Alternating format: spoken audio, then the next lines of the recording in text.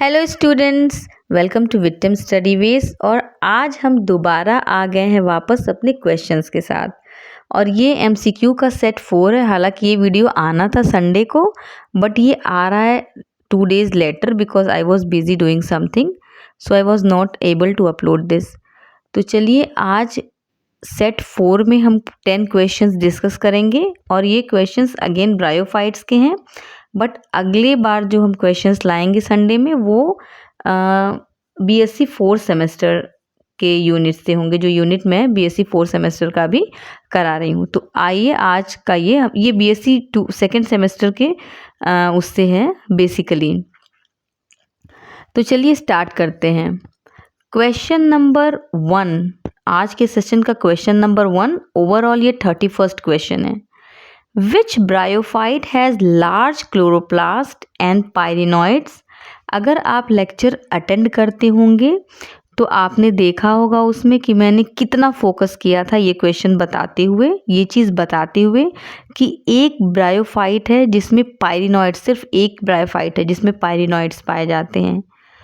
वो रिक्शिया तो नहीं है। ऑप्शन ए इज रिक्शिया, रिक्शिया में ऐसा कुछ नहीं है। ऑप्शन बी मार्केंशिया, उसमें भी नहीं है। पीलिया, इसमें भी नहीं। हालांकि है ये ब्रायोफाइट्स तीनों। वो ऑप्शन सी है Anthoceros, and this is the correct option. Why? Because this is the only bryophyte जिसमें क्लोरोप्लास्ट विद पायरिनॉइड है। ठीक है, तो पायरिनॉइड क्लोरोप्लास्ट में है केवल एंथोसिरोस में। So the correct option is Anthoceros. Okay, now second question.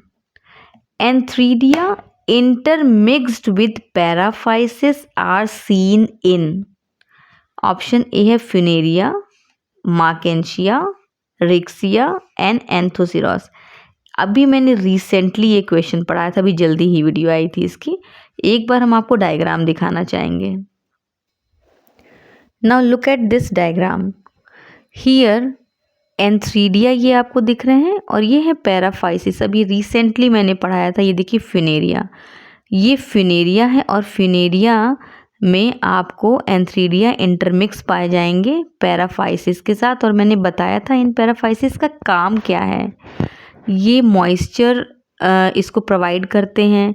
Then ये स्पर्म के डिस्पर्सल में भी हेल्प करते हैं। देन ये फोटोसिंथेसिस भी करते हैं क्योंकि इनकी क्लोरोप्लास्ट होती है इनके सेल्स में। तो ये paraphyses, antheridia intermix with paraphyses कहाँ पाए जा रहे हैं? फिनेरिया में। So the correct answer is Funaria, right. Now next question, और question number 3 is septate and branched rhizoids are found in? किसमें ऐसे राइजॉइड्स होते हैं जो सेप्टेट और ब्रांच्ड होते हैं? रिक्शिया के राइजॉइड्स तो ब्रांच नहीं होते हैं, वो तो स्मूथ एंड ट्यूबरक्युलेट होते हैं। मार्केंशिया के राइजॉइड्स भी इस तरह नहीं होते हैं। एंथोसिरोस के राइजॉइड्स भी सेप्टेट नहीं होते हैं। अभी रिसेंटली मैंने बताया था कुछ पिछले वीडियोस में कि फ्यूनेरिया के जो राइजॉइड्स होते हैं वो सेप्टेट होते हैं एंड ब्रांच्ड होते हैं। So the correct option is Funaria. ठीक है ना, तो septate and branched rhizoids are found in Funaria. Okay, now the next question. Next question, और question number 4 is protonema occurs in the life cycle of? Riccia के life cycle में कोई protonema नहीं था। ठीक है ना, वहाँ डायरेक्ट गैमेटोफाइट था। प्रोटोनीमा क्या है वैसे? एक्चुअली प्रोटोनीमा गैमेटोफाइट के प्रीवियस वाला स्ट्रक्चर होता है कि पहले जब स्पोर डेवलप करेंगे तो पहले प्रोटोनीमा बनाएंगे, देन वो एडल्ट गैमेटोफाइट बनाते हैं। तो ड्रायोप्टेरिस और स्पायरोगायरा ये तो अलग ही, मतलब ये ब्रायोफाइट्स नहीं है। यहाँ पे ये फ्यूनेरिया है। तो फ्यूनेरिया की लाइफ साइकिल में हमने बताया फ्यूनेरिया में प्रोटोनीमा होता है और तब वो फिर प्रोटोनीमा के बाद मैच्योर गैमेटोफाइट बनता है। So here protonema occurs in the life cycle of, इस क्वेश्चन में मतलब ड्रायोप्टेरिस में भी नहीं होता है, स्पायरोगायरा में भी ऐसा नहीं है। So the correct answer is Funaria, right. Now the next question. The dehiscence of moss capsule takes place by the rupture of the following. Mosses यानी ब्रायोफाइट्स में जो कैप्सूल होता है उसके डेहिसेंस से, जो डेहिसेंस होता है कैसे, किस चीज़ के रप्चर होने से, क्या वो ओपर्क्यूलम होता है, क्या वो पेरिस्टोम होता है, क्या वो एन्युलस है या कैलिप्ट्रा। आपको पता है कि कैलिप्ट्रा क्या है। कैलिप्ट्रा अगर हम फ्यूनेरिया में देखें तो ऊपर एक हुड जैसा स्ट्रक्चर होता है कैलिप्ट्रा, तो वो रप्चर नहीं होता, वो तो पहले ही गिर जाता है। पेरिस्टोम जो होता है, पेरिस्टोम टीथ मैंने बताया था फ्यूनेरिया में। एन्युलस भी कैप्सूल का एक पार्ट होता है, बट इसमें ऐसा कोई डेहिसेंस में ये हेल्प तो करता है, बट इसमें रप्चर नहीं होता है, ठीक है ना। Operculum, I will show you the diagram कि ओपर्क्यूलम में रप्चर होता है और वहाँ से डेहिसेंस होता है, ठीक है ना, स्पोर का। So the correct answer is operculum and I will show you the diagram. Now look here, this is operculum, ठीक है ना। पेरिस्टोम ये अंदर का ये वाला पोर्शन पेरिस्टोम है, ठीक है। ये है आपका एन्युलस, ठीक है। तो ये सबसे ऊपर वाला जो पोर्शन है यहीं पे तो रप्चर होगा और डेहिसेंस होगा, यही तो रप्चर होता है ओपर्क्यूलम में, ठीक है ना। ओपर्क्यूलम में रप्चर होता है, ठीक है। Next question is apophysis is present in, अभी बिल्कुल ताज़ा पढ़ाया था लास्ट कुछ वीडियोस में फिनेरिया में। देखिए पाइनस जिम्नोस्पर्म है, mosses, then Selaginella, then fern. तो फर्न में सिलेजिनेला, पाइनस जो कि जिम्नोस्पर्म है, इसमें हम एपोफाइसिस को नहीं पाएंगे, एपोफाइसिस इसमें नहीं पाया जाता है। मॉसेस यानो ब्रायोफाइट्स में एपोफाइसिस पाया जाता है और अभी हमने फ्यूनेरिया में दिखाया था, अब भी जस्ट दिखाया कि एपोफाइसिस उसमें होता है। अभी diagram, I will show you the diagram. Now see, capsule का एक पार्ट है एपोफाइसिस, फ्यूनेरिया का कैप्सूल है ये, और ये कैप्सूल कहाँ पे, ये ब्रायोफाइट्स में होता है कैप्सूल, ठीक है ना। तो फ्यूनेरिया के कैप्सूल में मैंने बताया था 3 पोर्शन से, एपोफाइसिस, थीका एंड ओपर्क्यूलम, ठीक है ना। तो एपोफाइसिस कहाँ देखा गया, ये ब्रायोफाइट्स के कैप्सूल में एपोफाइसिस पाया गया। वो सब में नहीं होता है, कुछ ब्रायोफाइट्स में है, तो एपोफाइसिस मॉसेस में पाया जाता है ना। इट्स क्लियर ना, okay. So here correct option is moss, option B. Now the next question, present of calyptra, operculum, annulus, a peristomial teeth are characteristics of the sporophyte of. I want to say one thing that आज का जो ये question session है, ये मैं last में जो मैंने पढ़ाया उससे ज़्यादातर जुड़ा हुआ है, कि मैंने अभी पढ़ाया है फ्यूनेरिया, मतलब मैंने ब्रायोफाइट बीएससी सेकेंड सेमेस्टर का जितना भी यूनिट 1 में है ब्रायोफाइट में, वो मैंने पूरा कंप्लीट कर दिया, तो मेनली उसी से रिलेटेड क्वेश्चंस मैंने रखे हैं। तो चलिए, किसमें होता है कैलिप्ट्रा, ओपर्क्यूलम, एन्युलस, पेरिस्टोमियल टीथ, ये किसके स्पोरोफाइट के कैरेक्टरिस्टिक फीचर्स हैं, ठीक है। एंथोसिरोस, एंथोसिरोस में जो स्पोरोफाइट है उसमें, ठीक है, फूड सीटा कैप्सूल जैसे उसमें तो सीटा नहीं होता है, मेरिस्टेमेटिक जोन होता है एक बीच में, तो वो होता है, बट उसमें ओपर्क्यूलम, एन्युलस, पेरिस्टोमियल टीथ ये सब नहीं होता है।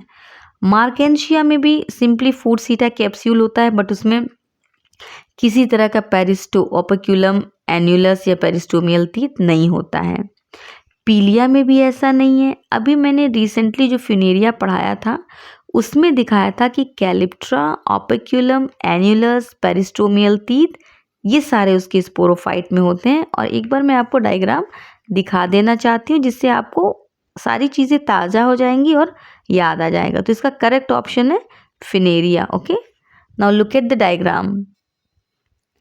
नाउ सी, ये है फिनेरिया का स्पोरोफाइट, फूट है, ये सीटा है, कैप्सूल है जिसमें ये कैलिप्ट्रा दिख रहा है, ठीक है ना, हुड लाइक कैलिप्ट्रा दिख रहा है। आगे आपको दिखाते हैं बाकी चीज़ें। यहाँ पे देखिए तो आपको ओपिक्यूलम दिखेगा, पेरिस्टोम दिखेगा, एन्यूलस दिखेगा, ये भी फ्यूनेरिया का कैप्सूल का इंटरनल स्ट्रक्चर है। तो ओपिक्यूलम, पेरिस्टोम, एन्यूलस, कैलिप्ट्रा मैंने आपको दिखाया ही। तो ये सारे फ्यूनेरिया के स्पोरोफाइट में पाए जाते हैं। जिसने लेक्चर देखा होगा मेरा वो उसको तो देखते ही क्लियर हो गया होगा या क्वेश्चन सुनते ही क्लियर हो गया होगा। Now the next question, in Funaria, the calyptra is formed by।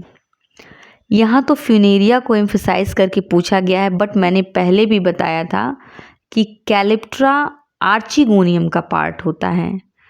और एक और चीज़ बताया था कि कैलिप्ट्रा हमेशा हैप्लॉयड होता है, ठीक है ना। तो कैलिप्ट्रा आर्चिगोनियम का वो एंथ्रीडिया दिया हुआ, देखिए एंथ्रीडिया का पार्ट होता ही नहीं है। कॉल्यूमेला स्टेराइल पार्ट जो होता है बीच में, उसका पार्ट है ही नहीं। कैप्सूल, ये कैप्सूल का पार्ट भी नहीं है।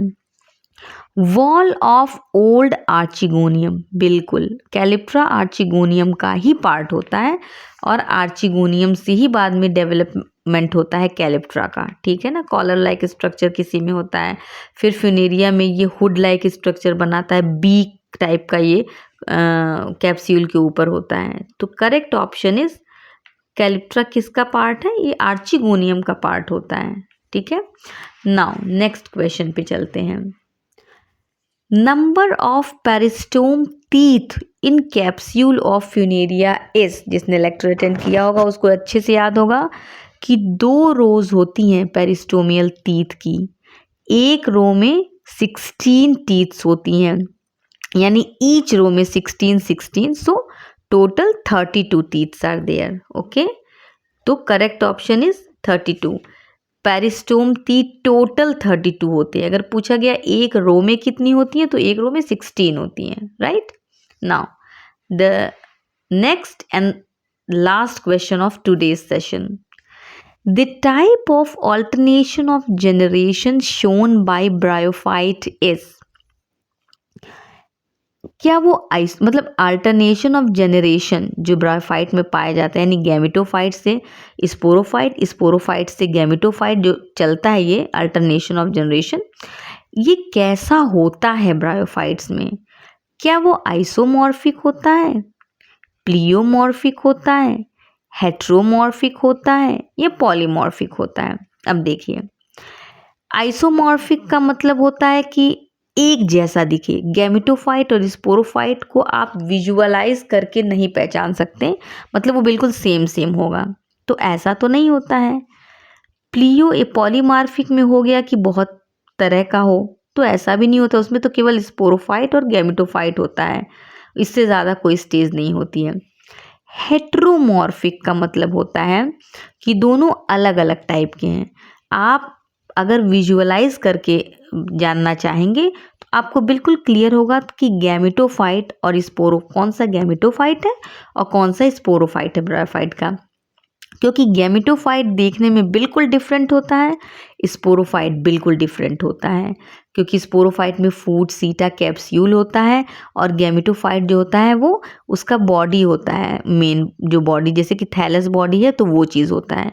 तो उसे जब गैमेटोफाइट और स्पोरोफाइट दोनों डिफरेंट होंगे तो वो हेट्रोमॉर्फिक कहलाता है। तो ब्रायोफाइट्स में जो ऑल्टरनेशन ऑफ जनरेशन होता है वो हेट्रोमॉर्फिक टाइप का होता है। So the correct option is option C, that is heteromorphic. And आज के क्वेश्चंस यहीं ख़त्म होते हैं। अगले सेशन पे अगले संडे में जब हम क्वेश्चंस लेके आएंगे तो हम BSc 4th सेमेस्टर के लिए आएंगे। Origin and domestication of cultivated plants जो चैप्टर है उसके क्वेश्चंस लेके आएंगे। तो फिर आप लोग जल्दी इस वीडियो को लाइक करिए, शेयर करिए और चैनल को सब्सक्राइब करिए, और फिर अगले संडे में आपसे क्वेश्चंस के साथ मिलते हैं। Till then bye bye, thank you.